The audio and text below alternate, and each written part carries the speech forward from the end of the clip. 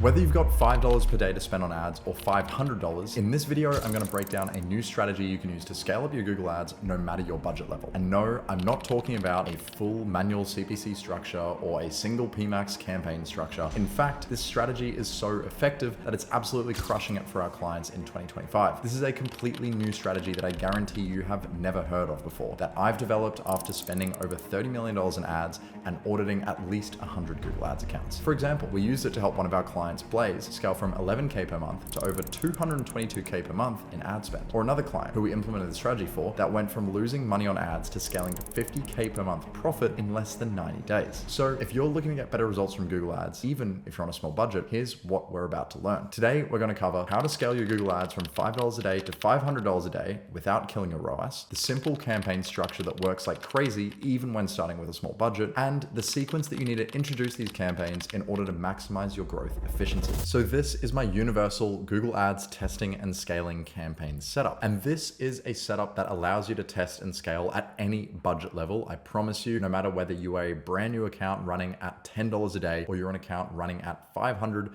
$1,000, $1,500 a day, you will still be able to introduce this exact campaign structure and make the most out of your performance. And what I'm going to do is I'm going to walk you through every single step along the way, every campaign type, and exactly when you need to introduce them to make the most out of your Google Ads. So first of all, we have branded campaigns. These are the absolute foundation of any Google Ads account. What they do is they feed your campaigns, they feed your algorithm, they feed your data to get Google to target the right people when you start scaling up. Now, the two primary branded campaigns that you'll be using are branded search and branded shopping. If you're a service-based account, you'll just be using branded search, but if you're an e-commerce brand, you'll also have branded shopping campaigns. Now, like I said, the purpose of these campaigns is to provide the algorithm with optimization data. So what they do is basically they target just your branded terms, so people who are searching for your brand name in particular. For example, selling frying pans and your store name was Peter's Pans, you would just be targeting that specific brand name and nothing else in the campaign. Now, the reason you do this is because it just makes sure that you can allocate all of that traffic into one place. It clarifies and improves your attribution massively because you can see exactly where people are coming from, how much you're paying for those branded terms, and how much you're paying for non-branded terms and new customer acquisition. So you can separate everything into different streams in the account, makes everything a whole lot easier. Finally, it also protects your brand name from competitor searches. So what you'll find is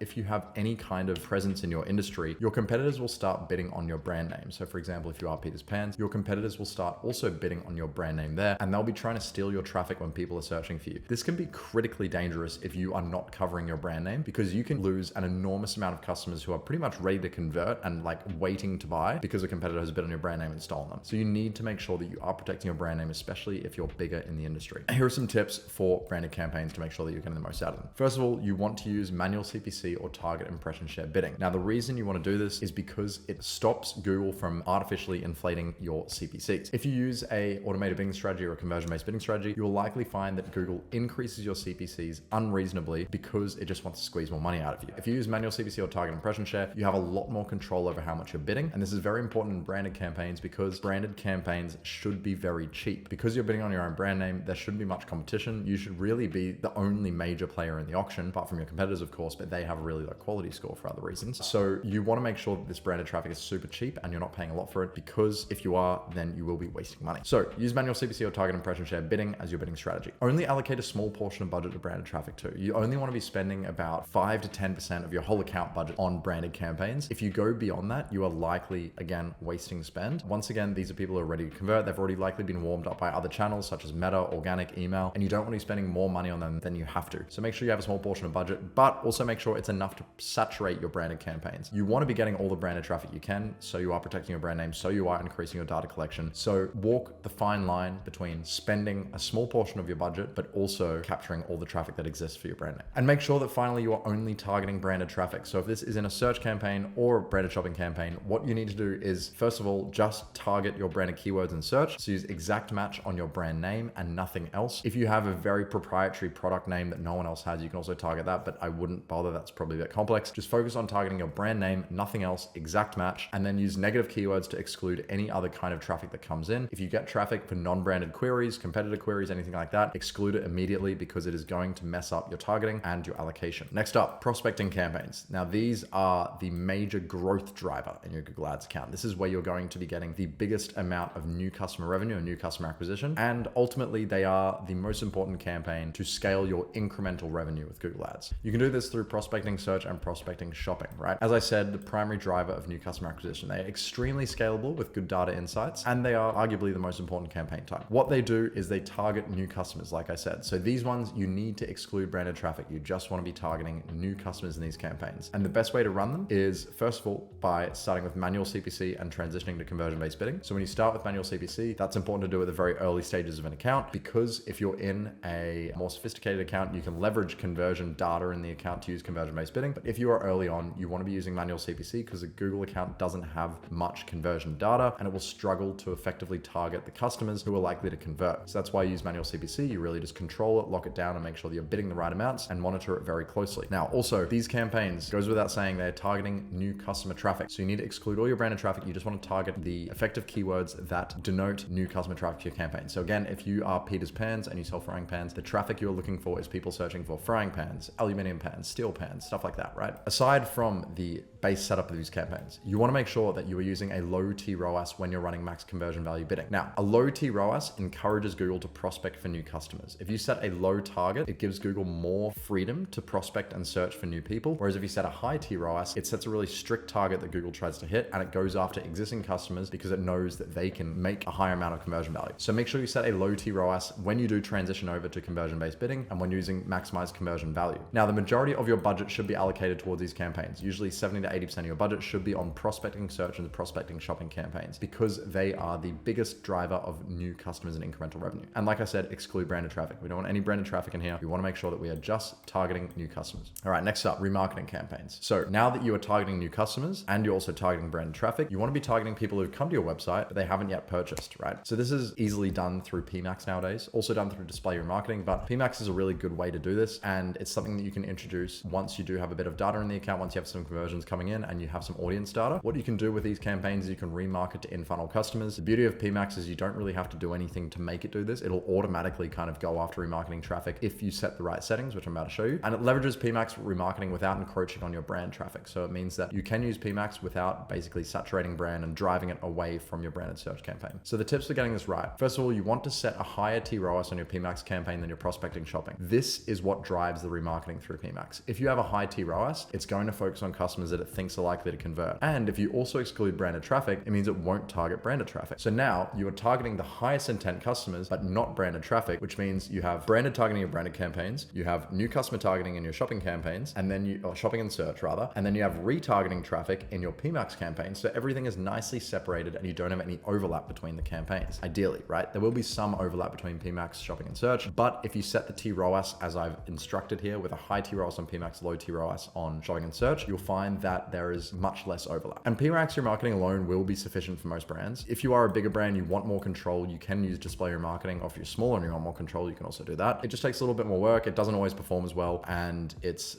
much more manual using display remarketing. So consider it if you like, but I honestly recommend us using PMax in the vast majority of cases, especially if you're not a Google Ads expert. Demand generation campaigns. Now this is the final step, and this is what you only introduce when you have a high level of spend running through your account, right? So for example, branded campaigns and prospecting are the first two that you'd introduce. If you're running at $10, $20, $30, $40, $50 a day, you're gonna introduce remarketing campaigns probably above about $50 a day. And then you introduce demand gen once you're getting above, usually around $200, $300, $400 a day is when you start to bring in demand gen. Ultimately, you need to bring it in when you saturate the entire bottom and middle of funnel with your prospecting and remarketing campaigns. Now you do this through demand gen and video campaigns. I think video campaigns have been sunset now, to be honest. I think it's just demand gen that you have access to. But what it does is, as the name suggests, it creates new demand for your brand once your existing demand has been captured. So it is very similar to something like meta ads, where it shows on YouTube, on the display network, and it basically hits completely unaware customers, potentially aware customers as well, with adverts that try and get them to convert immediately, right? So these people aren't necessarily showing search intent. They're just being shown an ad out of the blue and you're trying to convince them to buy. So these often do have the lowest ROAS due to that reason. They aren't targeting high intent traffic like all your other campaigns, but they often have the highest overall impact on growth and new customer acquisition. Because you are showing your ads to so many more people, you're bringing so many more people into your marketing funnel, into your middle of funnel, bottom of funnel campaigns, it has a major impact on incrementality and growth of Google as a channel for you and for your business. So tips for demand gen. You want to introduce these campaign types after establishing performance with demand capture campaigns. So like I said, once you've already got a solid foundation with your branded, your prospecting, and your remarketing campaigns, then you can move on to demand gen to start filling up your funnel further. Expect a lower ROAS on these campaigns, but it will give an overall lift to your new customer acquisition. So you do have to accept that your ROAS will go down. This is inevitable, but at the end of the day, if you are tracking the important metrics in your business, the bottom line metrics like MER, like new customer ROAS, new customer acquisition cost, you will find that these metrics will all improve with the introduction of demand gen, even if your ROAS goes down. So